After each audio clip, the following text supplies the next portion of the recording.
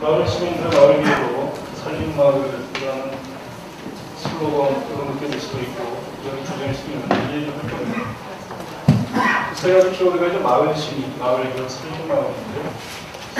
이게 어느 날 내가 혹시 머릿속에서 도적하고 떠오르는 건 아니고요. 제가 뭐 여러분들 저희 개인사에 관심이 보셔보시겠지만 개인적으로는 여러분들은 이제 서울 특별시라고 부르잖아요, 일반인들은. 그런데 서울 특별을 남의 주라고 봅니다. 물론 서울에서 제가 태어난 건 아닌데 불과 견사위로 서울에서 한 40살까지 살았어요. 한 10년 전입니다. 2002년도 가지고 2002년도에 마침내 자이반 타이완에서 남미의 생활을 성장하고 자발적 이별을 떠났습니다. 저는 비농이라고 표현하지 않고 자발적 이별이라고 표현합니다. 그럴듯하게 들리기 때문인데요. 그래서 한 10년째가 됐습니다. 2002년에 떠났으니까 우리가 2012년이면 10년째죠. 10년 동안에 제가 고민한 그 결과, 또는 과정들이 축약이나 함축된 그런 의미의 말로 저는 정의를 내립니다. 저한테는 개인적으로 그런 의미가 있는 말이고요. 그런 결과들이 나중에 시간이 없어서 청력을 못할 것 같은 미리 말씀을 드리는 거고요. 그런 고민들이 하나씩 정리가 돼서 책이 됐습니다. 마을 시민 얘기들은 마을 시민으로 사는 법이라는 책으로 정리가 됐고요. 그리고 마을 기업은 마을을 먹여 살리는 마을 기업. 그리고 살림 마을은 딱 여기 대입이 되는 건 아닌데 살림 마을은 아직 미제입니다. 구상 중이고요. 그 전에 오래된 미래마을이라는 에세이, 그 자전적인 기능 에세이 비슷한 거예요. 그런 거를 2005년에 정리를 했었고요. 이런 책 속에 정리가 되어 있습니다. 저는 책 얘기를 미리 말씀드리는 거. 그럼 여러분들이 책감으로 받아들이시면 할 수 없는 문제. 어차피 오늘 15분 동안 충분히 얘기를 못할 것이기 때문에 부족한 부분이 있으면 책을 사주고 말이지 않겠다는 그리고 제가 이번 행사를 좀 보다 보니까 패널 중에 저 혼자 주식회사 월급쟁이더라고요. 다른 걸 의식을 하셨을지 모르겠는데 그래서 제가 스스로 좀 이질적인 것 같아서 근데 앞에 농업회사 법인이라는 말이 따로 있습니다. 이 오르기라는 건 아는 사람들은 인도의 오르기 아니라고 말씀하시는 분들이 있어요. 비슷합니다. 그건 이제 오르기이고요. 오르기를 오르기 이렇게 아주 발음도 있는 분들은 오르기도 오가닉 비즈니스를 줄인 말이고요. 그런 취지를 구현하려고 노력하고 있는 회사예요. 성격상으로 당연히 이윤을 추구하는 주식회사는 많은데 모여 있는 사람들 성향이나 출신 성분도 없고 농민의 출신들이 주식회사 만들 수 있으니까요.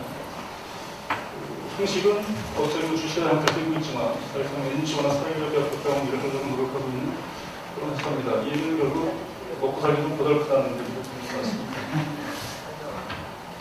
너무 좋아했습니다. 쓸데없는 얘기를 하니까 15분이 넘는 것 같아요.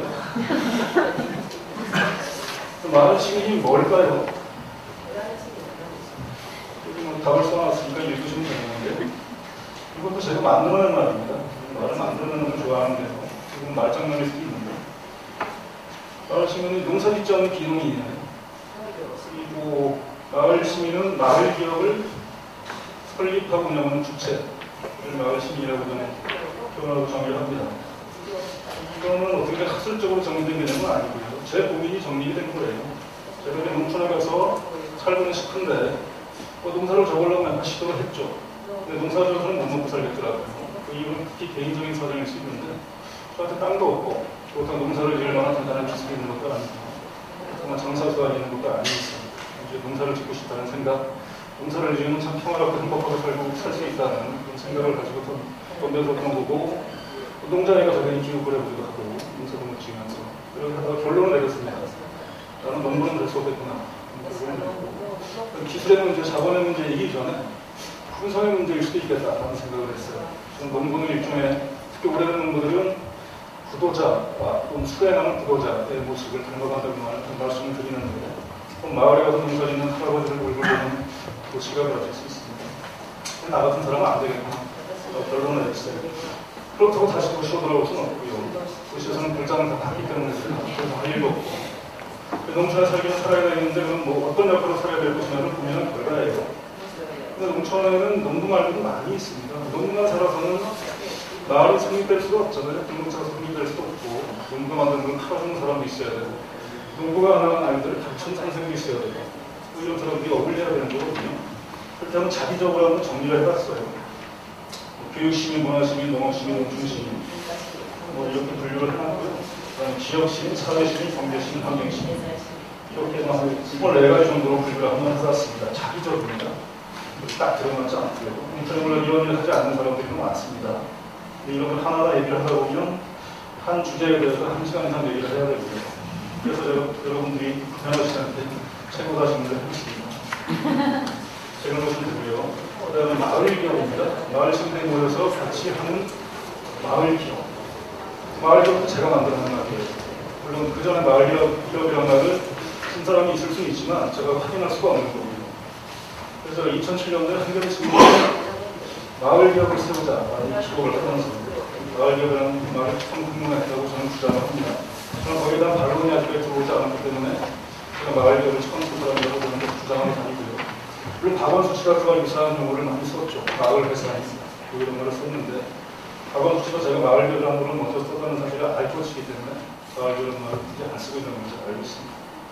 이게 이제 나중에 해안부, 행정안전부죠. 이 말이 그렇게 보였는지 원래 지역 풀뿌리형 일자리 공동창출 일자리 창출 사업이라는 게 행안부에서 있었어요. 농촌이나 이제 도시도 적응 가능한 거죠. 7호 사업 비슷한 건데 서로 올해부터 시범 사업을 시작하면서 마을기업 육성 사업이라는 걸 바꿨습니다. 마을기업 선정을 해서 8천만 원 줍니다. 1년 차에 5천만 원, 2년 차에 3천만 원. 그거 가지고 마을 CEO도 고용을 하고 마을에서 고용을 하는 거죠. 마을 단체도 고용하고 홍보 마케팅을도 만들고 뭐 이런 사업들 하는 거고요. 그 다음에 농식품부가 가만히 있지 않았습니다. 우리나라에서는 행정안전부가 농식품부가 농촌정책, 마을정책에서 헤게모니 싸움을 하고 있는데 농어촌공동체에서는 말을 만들어냈습니다. 근데 이 두 말 자체가 원래 하늘에서 뚝 떨어진 말은 아니고요.